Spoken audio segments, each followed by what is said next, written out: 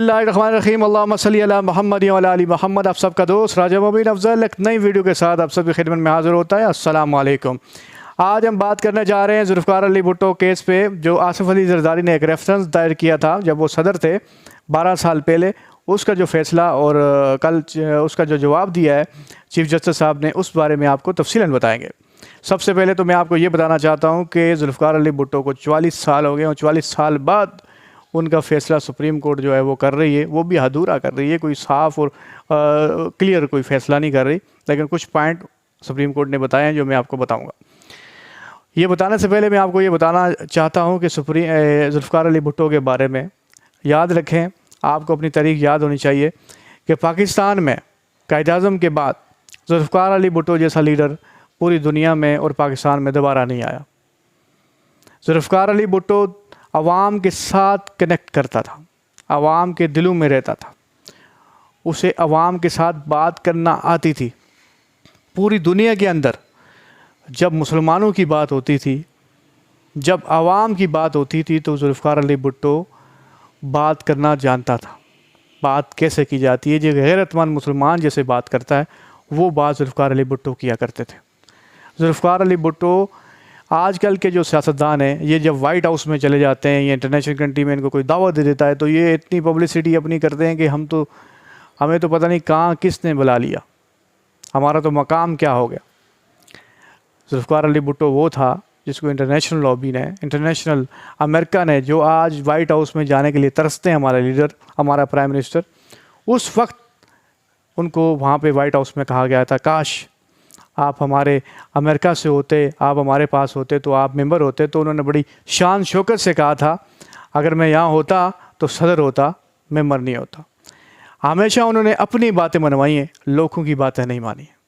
और बड़ी महफिल में, बड़ी कैबिनेट में, जो वाइट हाउस में जाके बैठते हैं ना लोग, और कैबिनेट में बातें सुन रहे होते हैं गरीबों की तरह, हमारे मुल्क वाले जो सियासतदान हैं अभी, तो उस वक्त वो बैठ के वो पेपर फाड़ के मुँह पर फेंकने की हिम्मत रखता था। इसे जुल्फ़िकार अली भुट्टो कहा करते थे। जुल्फ़िकार अली भुट्टो वो था जिसने पूरे मुसलमान मुल्कों को, जैसे कि जितने भी अरब कंट्री हैं, ये बद्दू जो है ना आज बिज़नेस कर रहे हैं, अरबों में खेल रहे हैं, इतने बड़े अपने आप को डेवलप कर रहे हैं, ये सारे अपने घरों में सोए हुए थे। इन बद्दुओं को घर से निकालना, इनको बाहर लेके आना, एक मुसलमान ताकत को मजबूत बनाना, ये जुल्फ़िकार अली भुट्टो का काम था। इन सब को बैठाना, इस सऊदियन को, अरबी जितने भी अरब अमारात है, दुबई वालों को, इन सबको इकट्ठा एक बिल्ड में बनाना, तुर्की को, और बताना कि मुसलमान जब इकट्ठे होंगे तो उनकी क्या पावर होगी। ये सारी पावर जुल्फ़िकार अली भुट्टो के अंदर थी। और मैं आपको बताना चाहता हूँ, कादियानी को गैर मुस्लिम करार देना, ये जुल्फ़िकार अली भुट्टो का काम था। आप कोई करके बताए ना, अब तो फैसले ही सारे उनके हक़ में आते हैं। ये वो मर्द मुजाहिद था जिसने आवाम के साथ कनेक्ट किया, पाकिस्तान की खातिर आवाज़ बुलंद की और आखिर तक आवाज़ बुलंद करता रहा। उसकी सज़ा उसको क्या मिली? उसको फांसी दी गई, आवाम से अलग किया गया। अब मैं आपको बताने जा रहा हूँ, आसिफ अली ज़रदारी जब सदर थे तो उन्होंने अपने कुछ सवालात रेफरेंस में डाल के सुप्रीम कोर्ट में भेजे थे।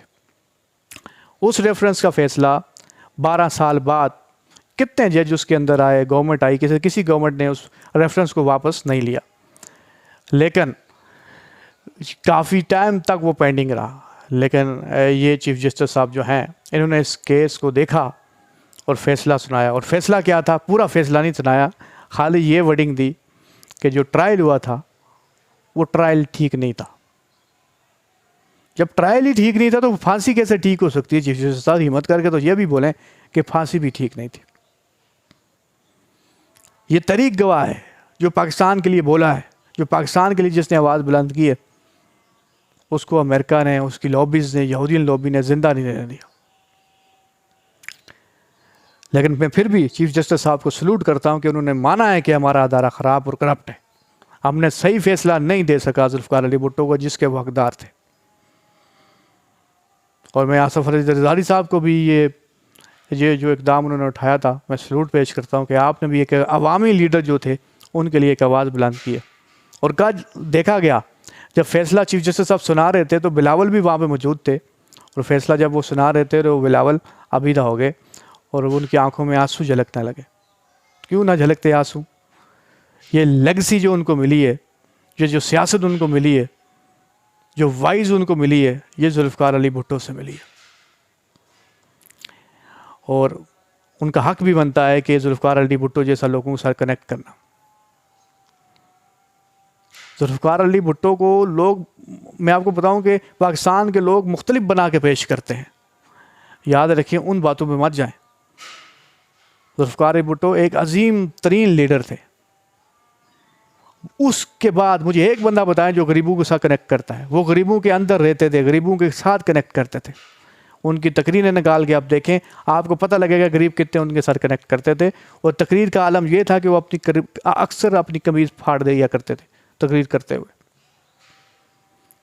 اور پوری دنیا کے اندر دیکھیں کہ ان کا مورال کیا تھا، ان کا بات کرنے کا طریقہ کیا تھا۔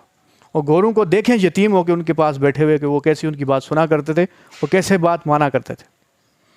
یہ لیڈر پھر نہیں آیا پاکستان میں، پھر سارے تحفظ پرست آئے، اپنی ذات کے لیے آئے، اپنی امیج کے لیے آئے، اپنی پبلسٹی کے لیے آئے، لیکن پاکستان کے لیے کوئی نہ آیا۔ یہ آج کی ویڈیو تھی، میں نے کہا آپ سب بھائیوں سے ڈسکس کیا جائے، تو اور آج میں نے آپ کو بتایا۔